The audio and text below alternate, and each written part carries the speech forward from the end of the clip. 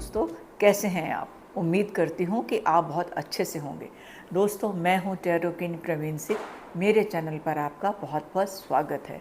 दोस्तों, पहले एक विनम्र निवेदन, यदि आपको मेरा चैनल पसंद आ रहा है, जो कि मैं अपनी बातें बहुत सरल भाषा में आपसे बात करती हूँ, तो प्लीज़ आप सब्सक्राइब करिए, लाइक करिए, शेयर करिए और हाँ, बेल आइकन दबाना ना भूलिएगा।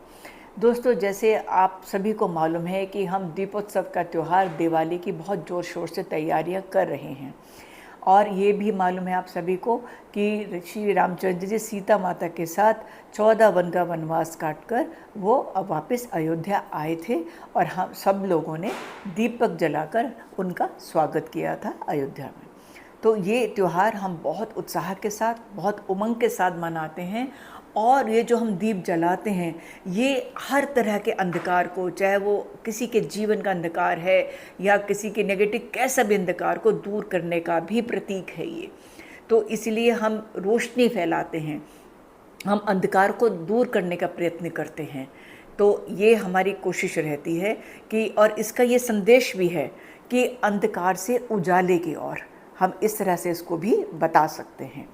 तो हम जब दीपावली बनाते हैं, पहले जैसे हम 5 दिन का पर्व है हमारा ये, हमने धनतेरस की बात की, अब हम बात कर रहे हैं नरक चतुर्दशी की, यानी छोटी दिवाली की, यानी रूप चौदस की। तो दोस्तों, ये जो नरक चतुर्दशी है, इस दिन कहा जाता है कि श्री कृष्ण जी ने नरकासुर राक्षस का वध किया था और जो 16,000 जिनको वो रानी बोला जाता है, जिनको उन्होंने अपनी शरण में लिया था, तो उनको भी उन्होंने मुक्त किया था।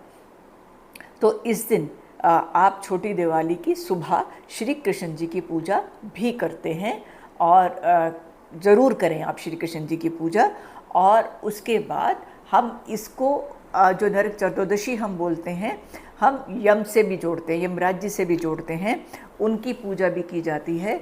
और ये उसके बाद हम जो ये रूप चौदस भी कहा जाता है इसको, और इस दिन लक्ष्मी जी को, लक्ष्मी जी की मतलब ये कहा जाता है कि जैसे रूप चौदस के दिन उपटन लगाने का प्रचलन है। उपटन यानी जैसे कि आप सुबह नहाएं तो आप थोड़ा सा तिल का तेल और थोड़े से तिल डाल के नहाएं। तिल के तेल में लक्ष्मी जी का वास कहा जाता है। तो और उस दिन आप तिल का तेल मिला के आप अपने बदन पर मतलब मालिश भी कर सकते हैं और आप एक सुगंधित उपटन बनाइए, उसमें तिल का तेल डालिए थोड़ा सा, और उस सुगंधित उपटन के साथ भी उस सुगंधित उपटन को अपने शरीर पर लगाकर स्नान करिए। तो ये एक मतलब रूप चौदस इसको कहते हैं।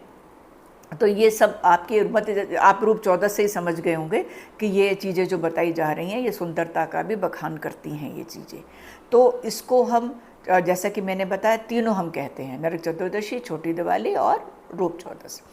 तो इस दिन क्या करना है दोस्तों हमको, जैसे कि मैंने बताया कि सुबह कृष्ण जी की हम पूजा करते हैं और ये शाम को, ये अब जैसे प्रदोष पे 6:32 है, उस पर ये शुरू होगा और उस पर शाम के टाइम हम एक 4 बत्ती का दीपक लेंगे हम, और उसमें सरसों का तेल डाल के घर के बाहर वो दिया जलाएंगे। ये हम यमराज जी के नाम का दिया जलाते हैं। इससे क्या होता है कि अकाल मृत्यु से हमें मुक्ति मिलती है। कोई ऐसी घटना आपके घर में या आपके उसमें ये टल जाती है। तो छोटी दिवाली वाले दिन भी दोस्तों हम 5 दिए जलाने का प्रावधान है। हम 5 दिए जलाते हैं। एक दिया आपके पूजा घर में, एक दिया आपके किचन में जो माँ अन्नपूर्णा का भी हम लोग स्थान बोलते हैं, और एक दिया जहाँ पर हम पानी का बर्तन रखते हैं, एक वहाँ पर लगाएंगे, और एक हम घर की चौखट पर लगाएंगे, और एक हम लगाएंगे पीपल पर। तो ये 5 दिए आप ज़रूर जलाइएगा छोटी दिवाली वाले दिन। और इस दिन छोटी दिवाली वाले दिन भी दोस्तों लोग रंगोली बनाते हैं, घर को सजाते हैं, क्योंकि ये जो हमारा त्यौहार है ना, ये तो 5 दिन का धनतेरस से शुरू हो जाता है। तो बहुत उल्लास रहता है और बच्चे ये तो ना उसी दिन से पटाखे वगैरह छोड़ना शुरू कर देते हैं। तो ये इस तरह का आप ये जो मैंने अभी बताया आपको दियों का भी, ये आप ज़रूर करें। और जैसे कि मैंने बताया, नहाते हुए भी आप कर सकते हैं ये मालिश, और ये आप उपटन लगा सकते हैं। और जो दोस्तों आप कृष्ण जी की पूजा करेंगे ना, आप जो आप सुबह कृष्ण जी की पूजा करेंगे, आप बहुत अच्छे से उनको, मतलब अपने बहुत अच्छे से फल फूल मिठाई बहुत अच्छे से उनको आराधिएगा कृष्ण जी को, क्योंकि कृष्ण जी की पूजा तो ऐसी है कि मतलब किसी के लिए भी मतलब इतनी पॉजिटिविटी ले आती है हमारे घर में। वो खैर कोई भी हम पूजा करते हैं उससे हमें पॉजिटिविटी ही मिलती है, लेकिन उस दिन आप पूजा करना भूलिएगा नहीं कृष्ण जी की। और उसके बाद जैसे मैंने ये बताया आपको, यम की भी हम पूजा करते हैं और उनसे हाथ जोड़ के प्रार्थना करते हैं कि कोई भी अनहोनी घटना हमारे साथ ना हो।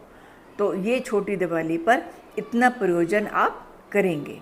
और इसके बाद जैसे कि मैंने आपको बताया, भगवान को आप भोग लगाएंगे, कृष्ण जी की पूजा करेंगे, उनको भोग भी लगाएंगे और अच्छे से उनकी पूजा करके अपने ये सब दीपक आप जला लेंगे और उसी के साथ आपकी ये छोटी दिवाली जो हम कहते हैं और ये पूरी हो जाती है।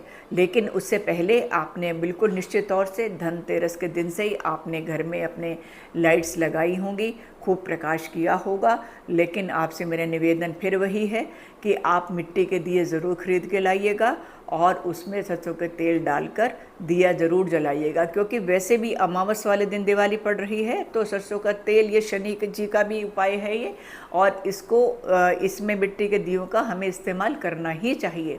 अब छोटी दिवाली पर भी आप मिट्टी के दिए ही जलाइए दोस्तों। कैंडल वगैरह ये हमारी ये संस्कृति नहीं है, हम दिए ही जलाते हैं, है ना। उससे आपको, जैसे मैं हमेशा कहती हूँ कि हमारे कुमार भाइयों को भी काम मिल जाता है और हमारे जो छोटे उत्पादक हैं उनका भी फ़ायदा होता है।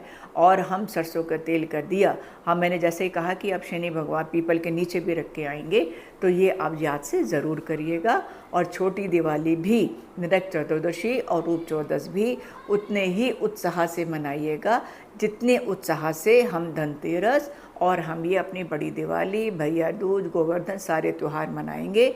उसी आप पॉजिटिविटी के साथ इस छोटी दिवाली का त्यौहार मनाइएगा।